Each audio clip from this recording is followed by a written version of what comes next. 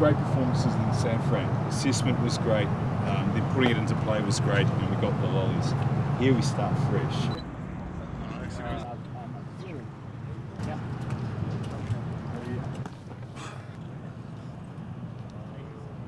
Second week now, we're not focusing on the next venue, but especially from Dallas, is that mentally we are as switched on as we were when we are looking for that little inch every time.